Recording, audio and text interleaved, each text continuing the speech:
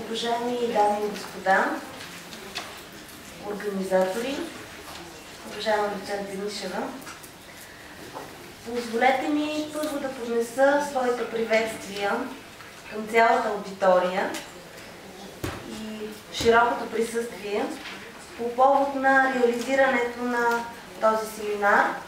и да поздравя и организаторите и участниците с неговото провеждане. Използвам възможността, за да благодаря на всички и най-вече на организаторите за усилията, които полагате в сферата на лекарствената политика в България и нейното синхронизиране с фармацевтичното законодателство в Европейския съюз.